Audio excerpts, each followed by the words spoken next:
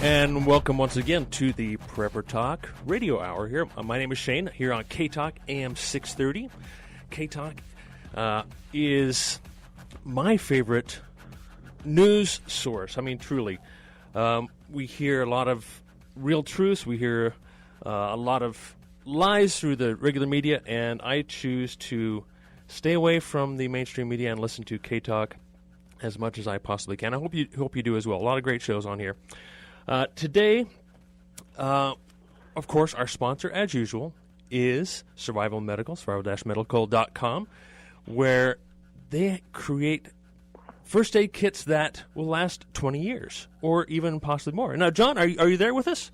I am. How are you doing this morning, Shane? I am good. A little nervous by myself in the studio once again. Scott is on vacation, and hope he and his wife are having a wonderful time in Hawaii. And just print out a little picture of him and put it in his chair. That's true. I should have done that. Put him across over here. Hey, Scott is with us here in spirit, and looking forward to his safe return. And when I think about traveling, and all the turmoil that's going on in the world, I am definitely a little bit concerned whenever I go anywhere, whenever family or friends go anywhere, and I'm always aware. I take extra things with me, and that's something I want to talk about in future shows is, okay, what do you do to prepare yourself for traveling on a plane, traveling away from your home for a great distance, especially when you go on a plane, you can't take particular things with you. But today, I kind of wanted to start out, of course, first of all, welcome John as our guest today from Survival Medical. Now, you are currently in Sam's Club in Riverton, is that correct? Riverdale. Riverdale, yeah. okay. 49 South, 900 West, Riverdale. We'll be there through Sunday night. That Sunday night, we'll pull down the products at Riverdale, and then we'll be in the South Jordan Sam's Club starting on the 20th, and the Provo Sam's Club starting on the 20th. Oh, fantastic! Down in my neck of the woods, down there. Excellent.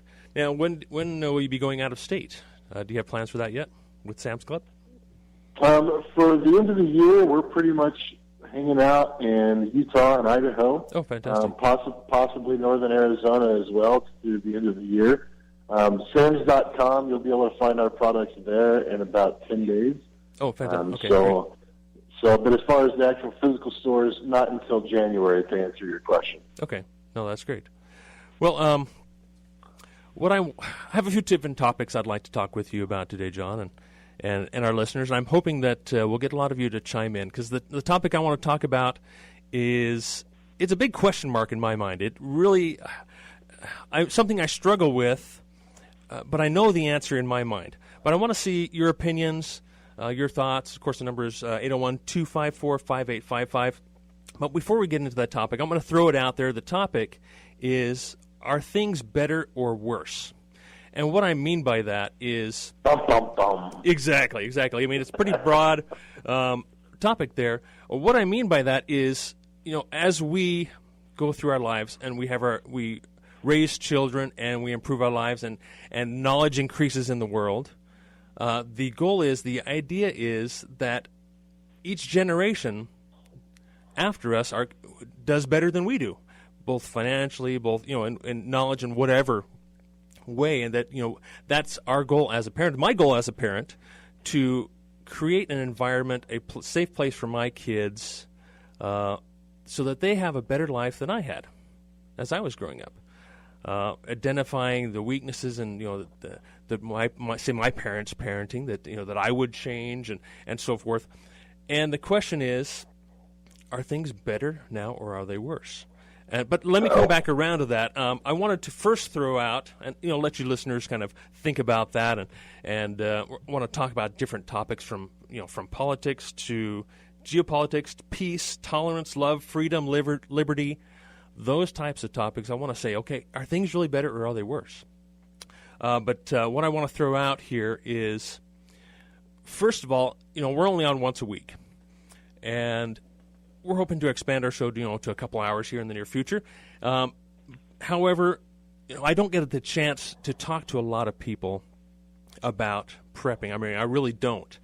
And mainly because I think most people are interested in sports.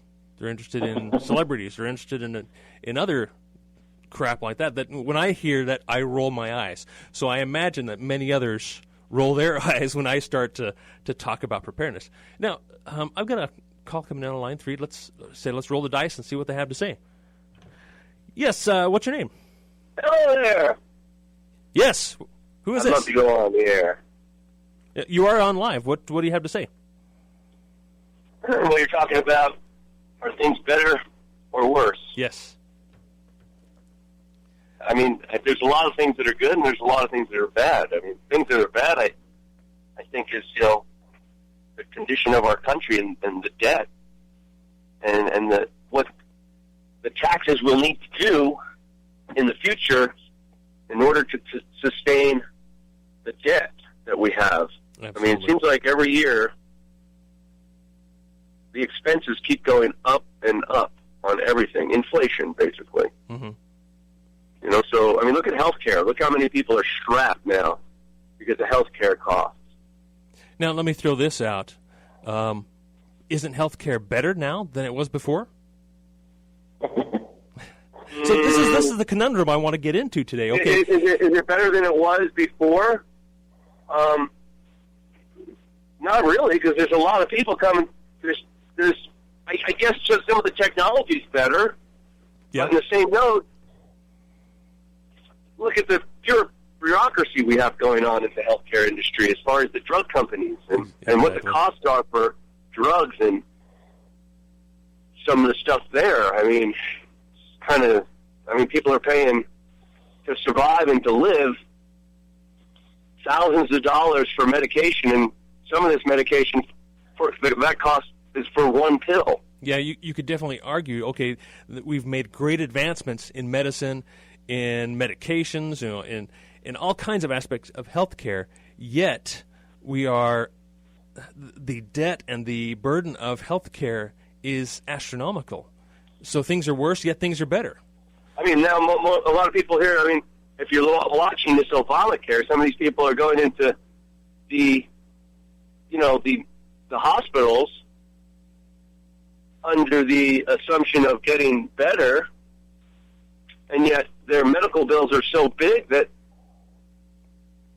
the industry winds up putting a lien on their house and takes their house away from them for the things they've worked for their whole life. Yeah, absolutely. Now, I know John would want to chime in on this because I know he's more of a naturalist in medicine and probably feels that we've strayed from true medicine. Well, first off, first aid kits have gotten better because Survival Medical's there. Well, of course. We got to say that. And better products that way, yeah, overall. I think the healthcare industry by far has made some great leaps and bounds. I would argue, though, that humanity has pulled it down through our bureaucracy that's created in the system. A lot of times, folks point a finger at the hospital and the doctor because that's where the bill comes from, understandably.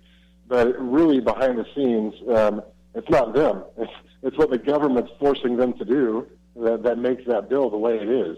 I've had my wife used to work in the medical field, and they waste a lot of money. Yes. In the hospitals alone.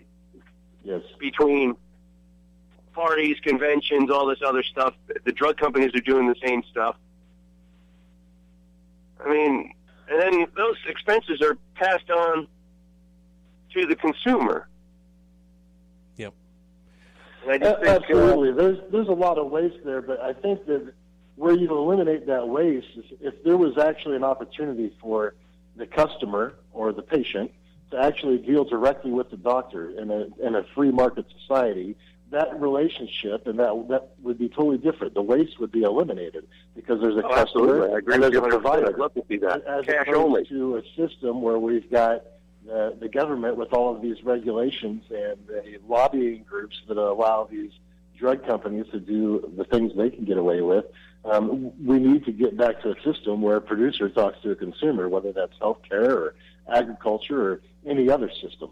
Now, take this into account as well. Is what I was thinking is that as a prepper, as a preparedness advocate, we try to lean more on ourselves and keep the burden off of, say, the healthcare system, off of other people, and so forth. It seems to me that the healthcare system is encouraging others to lean away from that, to step away from that, and to put your reliance on them, and rather than yourselves, and rather than being able to take care of yourself. If there's something wrong, let's go to the doctor, let's go to the hospital, rather than try and take care of that yourself.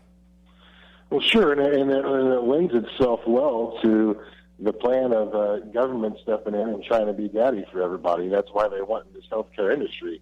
We're looking at socialized healthcare. That's what we're looking at. Absolutely. Got a couple more calls here. Thank you, caller, for your call. Hello? I'm going to bring someone on here real quick here. All right. You've got a comment for us there, caller? What's your name? Oh, sorry. Let's try that again. All right. I'm sorry about that. I was a little too slow getting the phone lines there. So feel free to call back in, 801-254-5855. There we go, line 3. You had a comment for us. What's your name? Paul. Hello, Paul. Yes, what's your comment, sir? Well, you hit a spot for me. I don't think things are better or worse. They're just changing. Okay. It's just, and it's the change. What kind of change do we want? Because if we want a free society with freedoms and a free market, or liberties, I should say, and a free market, then things are going to have to get really bad before they get any better. Okay. And that's why preparedness is such a essential thing. Yeah, absolutely. Thank you for tying that in for us there.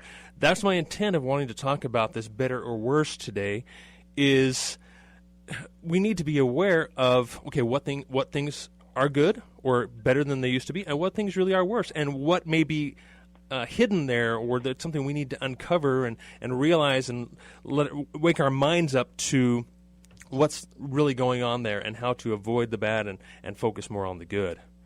Yeah, Paul, there is is the caller no still there? Go ahead. There is no better or worse. It's just different. Okay, just different. Okay. Well, because what's good to you might be bad for me. Right. You see what I'm saying? Correct. Yep.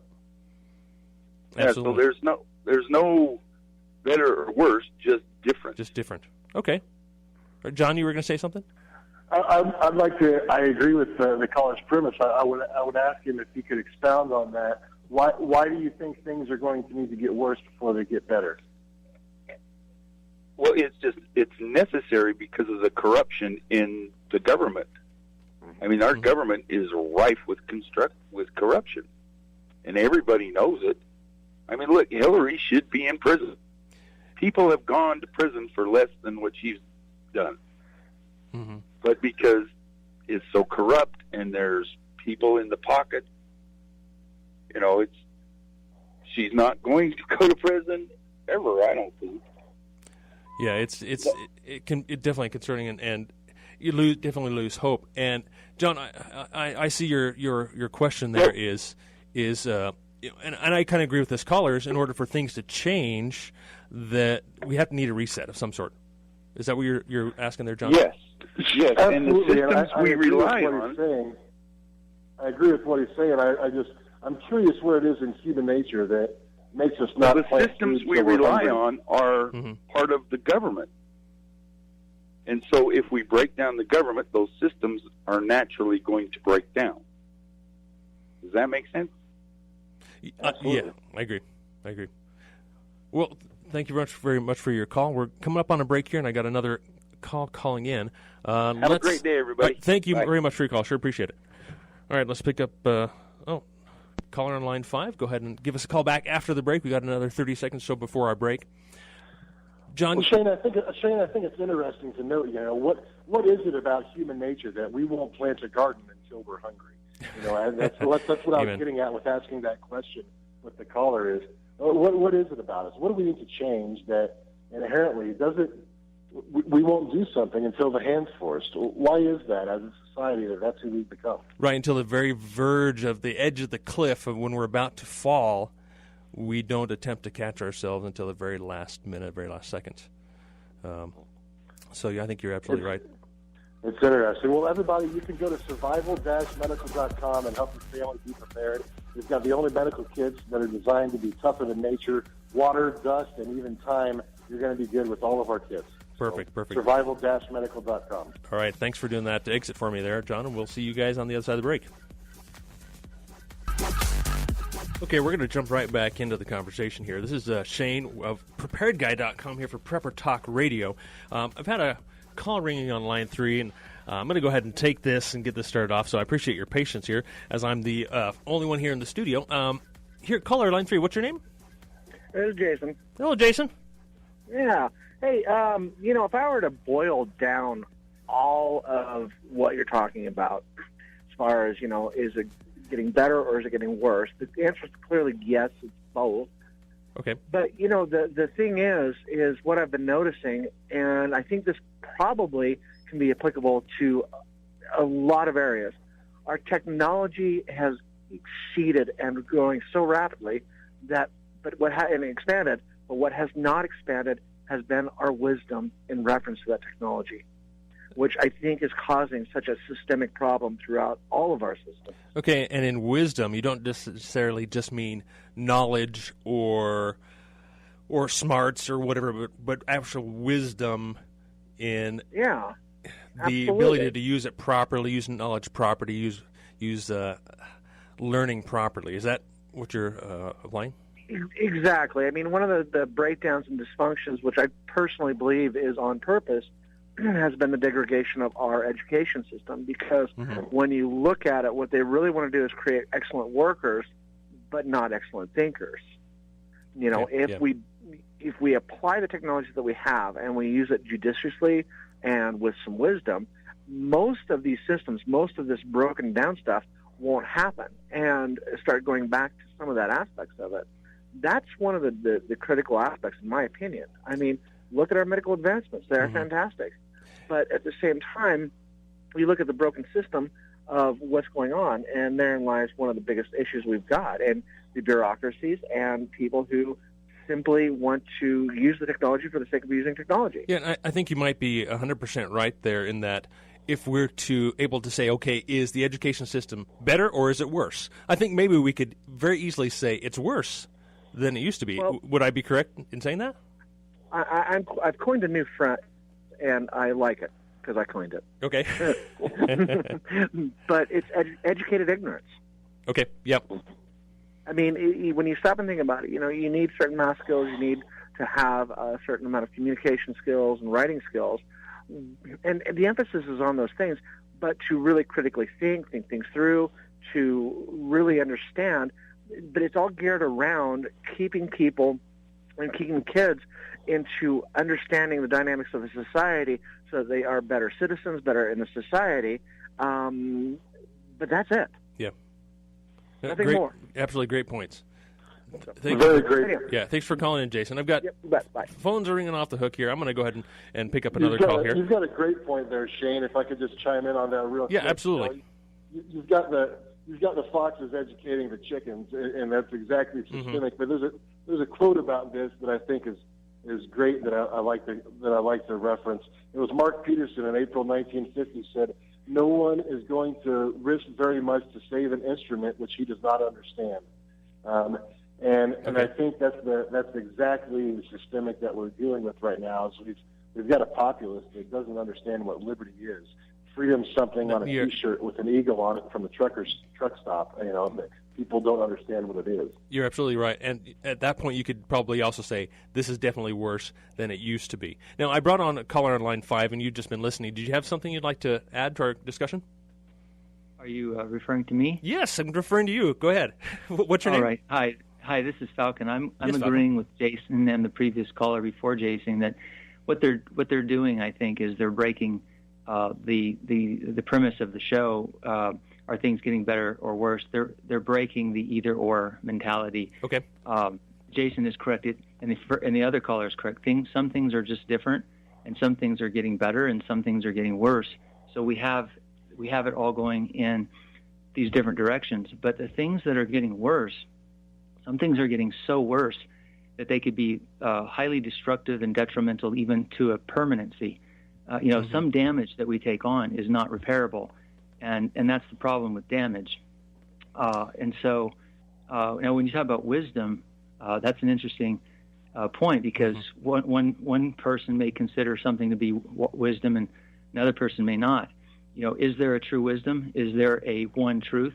And how do you get one to adhere to the truth? Because to become wise, in my opinion, to become wise and to adhere to the truth, one must, by and large, subdue the self.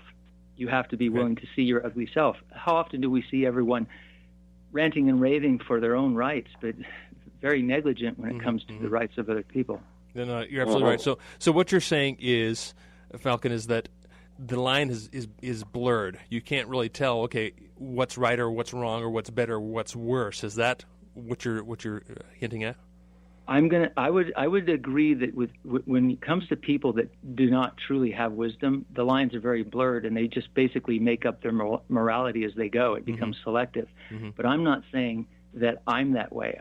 And of course I'm obviously wagging my own tail and I'm biased, but I believe that some people, and I think myself, but some people can actually see the difference between right and wrong. For example, if you have the opportunity to take unfair advantage and do it, that's because you don't see the larger picture, including the spirituality. But if you have the opportunity to take unfair advantage but refuse to do it, then you're onto something, because you see the material world as just stuff. If you're caught up in it, then you become diabolical in many ways, because your need for it your appetite for it needs to be satiated. See, that's the problem with attachment to the world. I don't mean to be preachy or anything, but this be in the world but not of it. Jesus taught this, and other wise people throughout the world taught this. This attachment to the material world is a very terrible thing if it can influence you. If you can just go through it and observe it, doesn't mean you can't have something, but if you can just go through it as an observer, it's going to go by quickly, and you'll be much better off for it. No, you bring up some very deep and ponderous comments that I am sitting here just pondering, trying to have some sort of kind of retort to, but I love those kind of comments. It really makes me think, and like you say, I think we've lost a lot of that ability to think for ourselves, and we're allowing others to think for us. I really enjoy your show, by the way. Oh, thank you. I sure appreciate that. Thanks for calling in, Falcon. Bye for now. Thank you. John, did you have any comments to that, what he was saying? Well, I definitely see where everybody's going with that. It's progression, and whatever direction that is undetermined. And I think another way to look at that is, are things getting better, are things getting worse? Well, in society, maybe the greater society is, but the more we recognize that, the better we can make things in our own circles. So I think it goes back to the nature of, it's not really either or, because both are happening simultaneously. I think that's the point. I mean, as we see these things, when we talk about preparedness especially, as we see things maybe declining societally, we make the choice as preppers to alter that on an individual or family or community scale. That's the whole point of preparedness. Great point. And so it's, it lends itself to that question of, well, both, like the other caller said, both are happening simultaneously. Things are getting better and things are getting worse. And it's a matter of choice, right? It's our choice. The first thing is to recognize that there's a problem, and then the choice has to be made. Am I going to be a victim, or am I going to be someone that does something about it? And if you're someone who does something about it, you can go to the Riverdale, Utah Sam's Club right now and pick up survival medical products and help your family be more prepared. Yes, my apologies. I did not lead in with survival medical here off the break. We had just the phones ringing off the hook, and I feel an obligation to pick up the phone and let you guys have your say. And I still missed a few calls, so I apologize. So it's just me in here trying to make things happen. So feel free to call back in with your comments. They've been fantastic comments this morning so far. And I love this kind of discussion because I don't have all the answers, and I'm reaching out there to you guys. And I'm sure glad that John's on today. He has just a fantastic view of where we are and where we're going. And I really lean on John for a lot of things. We text, message each other off the show, and I just really appreciate him being here with me and his perspective. It's very enlightening. And one of our callers is back, so I'm going to pick up line 3 here. Yes, what's your name? Andre. Yes, Andre, what comment did you have for us? Well, this is a question for all citizens in America. Mm-hmm. Like, what's really happening out there right now? Mm-hmm. That's a valid question. And it's like this is all happening under Hillary Clinton and cronies. Mm-hmm. Yeah, it's definitely very confusing, and that's one of the reasons I wanted to pose this question, and to get us all to think, what is better and what is worse. Did you have any particular examples of what you're thinking about, better or worse? I mean, what's standing out in your life right now that makes you think, oh, things are better this way, but they're definitely worse this way? Anything in particular? That our Bill of Rights and the Constitution be put in place the way veterans fought for. That's what's happening, and Absolutely. we're all getting pissed off that they're not in place. Yeah, absolutely. Yeah, so whatever's happening right now, which Donald keeps saying, Hillary is the reason why this is happening. And why people vote for her, they can't see that. Like, it's a damage effect already. Mm-hmm. Yeah, absolutely. And I didn't want to get too much into politics. I leave that to Paul and some of the other shows here. We want to talk about things, what we can do, and just be aware. And of course, one thing we can do is go out and vote and make the right choice. And that's going to be that's a tough choice for me. Actually, let me retract that. I know exactly what I'm going to do for this election. But do you? Here's the question I've been thinking of. Is now obviously Hillary for me is obviously not the right choice. But do you take the time to even think about, well, should I consider voting for Hillary, or is that just like what's happened to Glenn Beck, his statement that he made? And exactly what he was trying to get at is that, okay, I'm going to at least consider.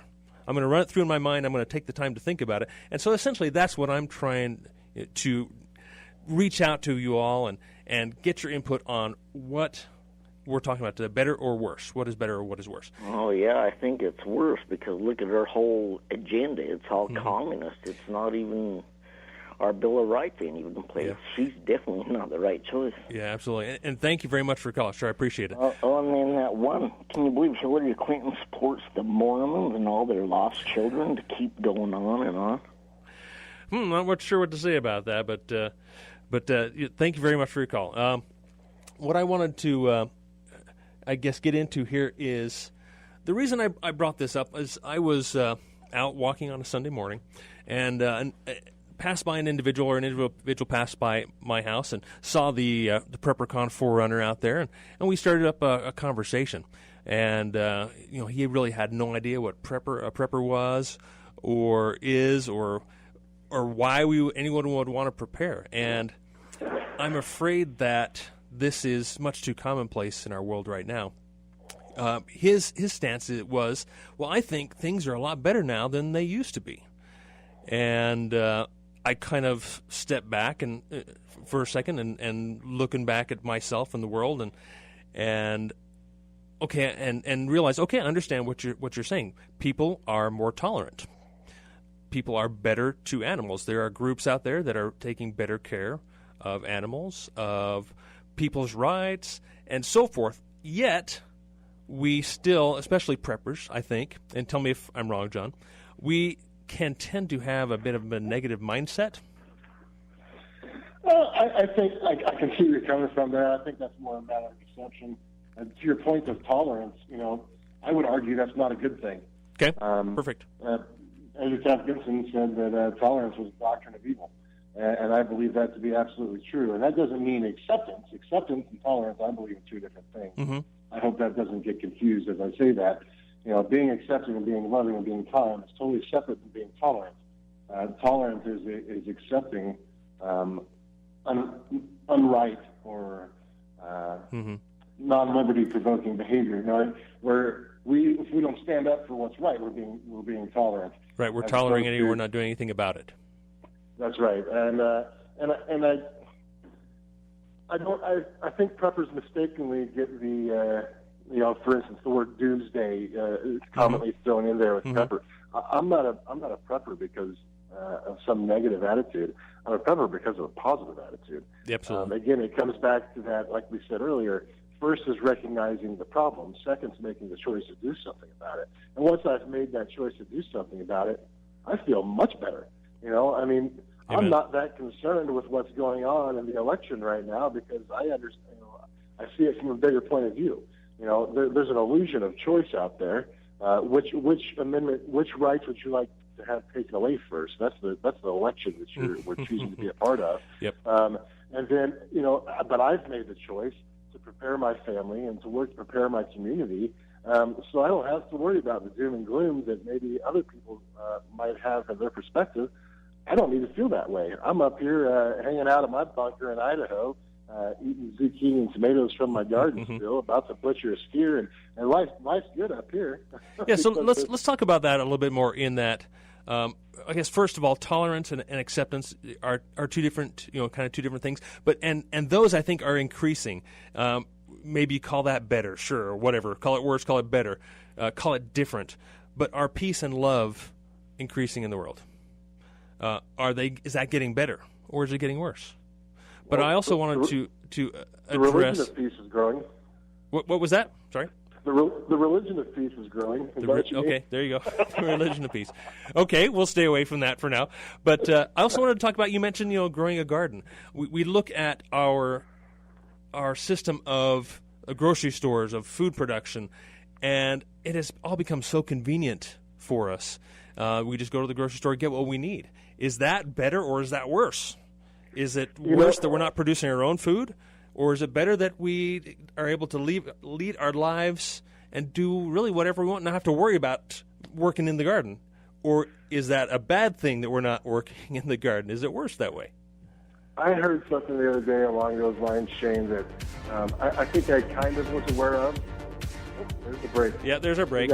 We'll come back to this right after the break. And, of course, our show is brought to you by Survival Medical. Head out to Riverton Sam's Club. Check them out. Riverdale. Check out the products. Put them in your hands and check them out. That's really the best way to do it. And we'll see you guys on the other side of the break here. And welcome back to Prepper Talk Radio here on AM 630 here in Salt Lake City, Utah. And we are talking today about things that are better and things that are worse. Or are they worse and are they better? So that's the big question for me is are things better or are they worse? And we've got John with Survival Medical on with us. That's our guest today. So happy to have you on, John. And keep in mind that Survival Medical will be in the Sam's Club along the Wasatch Front really through the end of the year. Right now you're through Sunday, you say, at the Riverdale? We're at the Riverdale store at 4949 South, 900 West through Sunday. You can also always go to our website, survival-medical.com. Before we went out on the break there, Shane, you had brought up something interesting about food production. I heard something the other day that I'm not certain of the statistics, but I found very interesting. So the person I was listening to on the radio as I was driving said that it used 2 generations ago, 70% of America grew a portion of their food. Mm-hmm. They didn't define what that portion was, but they said 2 generations ago, 70% of Americans grew a portion of their food. Now it's under 10%. I would think it's even lower than that, depending on, I guess, where you're living. But yeah, absolutely right. I've heard those statistics as well.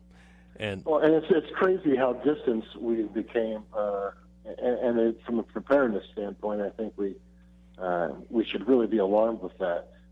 That's a very basic human need to know how to provide for yourself. And by provide for yourself, I don't mean go to the grocery store. I mean doing the basic human functions of starting a fire, gathering water, and growing food. Yeah, providing for yourself nowadays has basically turned into getting a job and falling in line with the system, right? And not learning how to garden because, we don't have time for that. But I believe that I'm seeing a resurgence, of getting back to these old skills, and call them old skills. They were around for thousands of years, and what we do now is not the norm. Our situation now of being able to walk down to the grocery store and buy anything off the shelf is not the norm if we look back over an entire history. Well, I think that, for different reasons over the last 4 or 5 decades, we've seen a small resurgence in that, Shane. in the 70s and 80s, you saw this back to the land movement for different reasons. In the 90s, maybe there was more of it because of Y2K scares. Nowadays, preparedness has become, maybe that's a portion of it.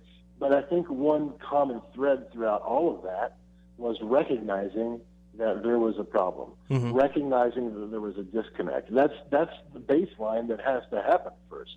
And then that choice is made of, I'm going to act, I'm going to do something, I'm not going to be a victim. Perfect. And to me, the real question then becomes, what on earth has to be done? Because for us, it's obvious, right? Here we are, K-Talk listeners, we're the choir preaching to each other, right? What do we do to help our neighbors? Because we have to be a prepared community. Prepared Shane, prepared John. It doesn't work at the end of the day. We need a prepared community. And that's one of my questions here, along the same subject line, is what do we do as a community? I mean, you can't run up to your neighbor's house, knock on the door, and say, hey, the sky's falling. Where's your food storage? That's not going to work out well. What can we do as a community to raise awareness of that problem? Because once that problem is recognized and understood, most logical thinking humans are going to choose to do something about it. Let's dig into that. But I brought on a caller on line 3. There, caller, what's your name? Hey, this is Jason again. Oh, hey, Jason. You guys talked about something that kind of triggered an aspect that I've been hearing about that's kind of frightening, and it stems around that whole Agenda 21 thing and how they're really wanting people to move into the cities so that they can become dependent on that. So you can't grow your own food, and that way, they have a higher degree of control. And they said something else that actually really bothered me. And the more I think about it, the more I'm realizing that there's something to this. Growing up, all of our highways, didn't matter what it was in the city, they didn't have these center blocks in between the lanes. In other words, the concrete blocks. But if you think about it, that creates a beautiful choke point that if they really want to impose a martial law scenario and you're trying to get out of town, guess what? You're going to be funneled right through them in that spot, and you can't turn around. I'm not surprised in your way of thinking here, Jason. And I feel that all the time. I'm driving down the freeway stuck in traffic, and I've got walls on both sides of me. Like, okay, great. What am I going to do if I get stuck in traffic here? I'm going to go on foot. But exactly. And did you grow up seeing those? That's only been in the last 5-10 years. Yeah, absolutely. It's just really putting us into trying to make us fit into a mold more than anything. Control us, and that's of course a topic for another day. But whatever show. Yeah. As the interrelationship, though, if you stop and think about it, you look at how many apartment complexes are going into the Salt Lake Valley. They're getting a kickback on that as far as a reduced cost, so they can get people into a smaller place. If you have your own house, guess what? You can at least grow somewhat of a patch of garden in your yard. You can tear up the entire yard. But the more people go into this consolidated living under the guise of overpopulation, what you've got then is somebody else dictating how and in what way you're able to live. Absolutely. Jason, you got some awesome points there. You got me thinking, because I travel a lot as well, and you're starting to see those blocks out in the middle of nowhere on the interstates. You see those concrete, and so that is interesting. But to your point about, well, if you have a house, at least you can grow a garden, I'd argue that's not really even true. I mean, we can see cases around the country where you've got to have permission slip from almighty daddy government to grow a garden in your own yard. There's cases where people have been fined and everything else for putting a garden in their own yard. I mean, it is. There's as well as the HOVs. As well as the HOAs. And those, I'm beginning to see how incredibly nefarious, if not evil, the HOAs are, and it amazes me. Why would I want to buy property and pay my neighbors to dictate how I live? Yep. It's insanity. It is. And so that's, I think, perfect lead into, okay, is this better, like an example of a better situation or a worse situation? And I think, us as preppers, we think, okay, things are getting worse, we're losing our freedoms and so forth, but what can we look out there and say that this is actually better? What technological advancements have we made that makes life better for us? Like, for example, solar power, for example. How freaking awesome is that we can live off-grid and create our own power and live with the accoutrements and all the nice things that technology gives us, but still live off-grid and live away from this busy Wasatch Front. That's my goal. I mean, anyway, am I off my rocker there?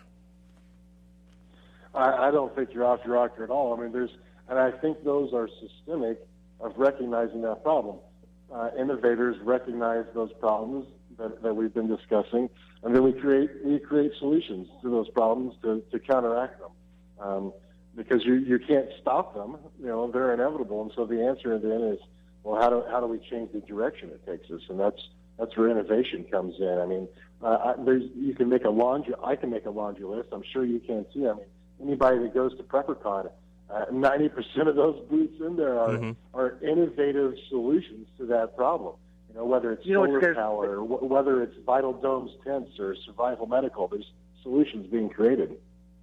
What scares me most, gentlemen, is not the electricity. Okay, having the electricity and being dependent upon the grid, yeah, it's wonderful, it's nice, I prefer not. They can shut it down, I'm still going to be alive, period. What scares the living daylights out of me is that the water feed and supply I am absolutely dependent upon in this city. That is the part that I'm going, wait a second here. This is getting a little hinky, and it seems so innocuous because I grew up with the benefit and the beautiful blessing of having water piped in since I was born. Absolutely. But when you look at the society and our systems, we're all seeing the systems are broken. No matter what your solution might be on fixing the system, the reality of it is it's breaking. If it breaks down and degrades, and there's a tipping point that happens, then all of a sudden those systems break down, and you are so incredibly dependent upon an outside source, you're in a bad situation, really bad. Absolutely, and they're so fragile compared to what they used to be. We've built that fragility in by everything working off the internet. Everything is reliant, like you say, on electricity to get our water. So we can say, at least I think I can say that things being more fragile is a worse condition. It's not a better condition. Would we be living better if we, had candles and we had a well and had our own well and had a hand pump? Is that considered a better way of life? Well, but that goes into the question of quality of lifestyle. Functionality, you're there. And if it breaks down too much, be grateful for the candle and the hand pump. So the question is how do you instill and create the independence with the interdependency on your community and maintain a lifestyle that is supportive of the way you want to live. When it comes down to it, we can all go on the bare basics. All right. The question is we're raising the standard on preparedness a lot higher than we have ever done in our life, ever. So even in a preparedness situation, you are in a far, far greater, better position as a prepper than they were 100 years ago. True. I see that. Absolutely. So, you've raised the standard just by the very nature of your show and the very nature of conscientious people saying, okay, well, if something did go wrong, how would I prepare for it? So your standard of living in that reference point is spot on. But at the same time, if it degrades too much, you're still fine. I mean, what? You got candles and a hand pump. Great. Guess what? We can learn how to rethink again. Absolutely, I totally agree. And like one of our good friends, Cache Valley Prepper, he really focuses on the concept of anti-fragility, of being anti-fragile, rather than just being resilient or being self-reliant. It's another step above that, and that comes to one of our previous shows of your mentality, of your mindset. Do you and one thing I always reach back towards is, in order to prepare for the future, because I think I see what's coming. I think you guys see what's coming. In order to prepare for the future, we have to look toward the past. And so that's where I kind of make my basis of deciding, okay, is this truly better or is it truly worse? So I have that bit kind of a standard for myself. And, Shane, yeah. I think, let me chime in here because Jason brought up some awesome points that those problems that you just identified, Jason, I think they're localized.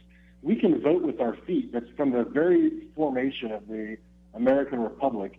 It was set up that way. It was set up where we can vote with our feet. If they didn't like the laws in New Hampshire, you can move to Connecticut.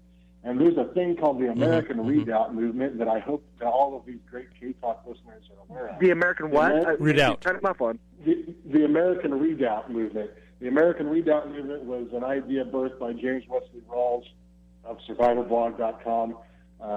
And he encouraged us to move as a patriot group to a certain region of Idaho and Montana, Wyoming, eastern Washington, eastern Oregon, and so that we can have that voting power, so that we can build that community, so that all of those problems that you're identifying are being solved by bringing like-minded people together. And so I would encourage us to say, don't have a mentality of, hey, here I am. We're not trees. We can get up and we can lead. We can vote with our feet. The American Redoubt movement is big. I meet people up here in Idaho all the time. I'm a redouter. I'm not from here. I moved here because of the American Redoubt. There are many other patriots moving here for the same reason. We can create that community that you're talking about. We can solve those problems. We don't have to vote and agree with Agenda 21 when we bring enough patriots to the same community. Yeah, absolutely. Thanks for bringing that up. Jason, you had one final comment? Yeah, one final comment, and this really kind of concerns me also. We're actually moving into a form of feudalism under the guise of socialism. When you look at the BLM, and I really like what those guys do as far as conservation of animals and things like that. But what happens is we're seeking permission from the state to be able to harvest our food from that position. And what it is it's a violation of the king's forest. That's right. And it's a very scary thought. Great point. Great point. Thank you very much for calling in. You Appreciate bet. all your comments. And thanks for everybody for listening today and your great comments. This is exactly what I was hoping for, is to get your input on whether things are better or are they worse. And whether they are or not, they are different. And we need to make adjustments in our life to it. So do something to be more prepared. Do something every day. Get more physically fit. Get more of the supplies you need. And keep a positive mental attitude. Thank you, John, for joining us. Thanks to Survival Medical for supporting us here at Prepper Talk Radio. And we will see you all next week.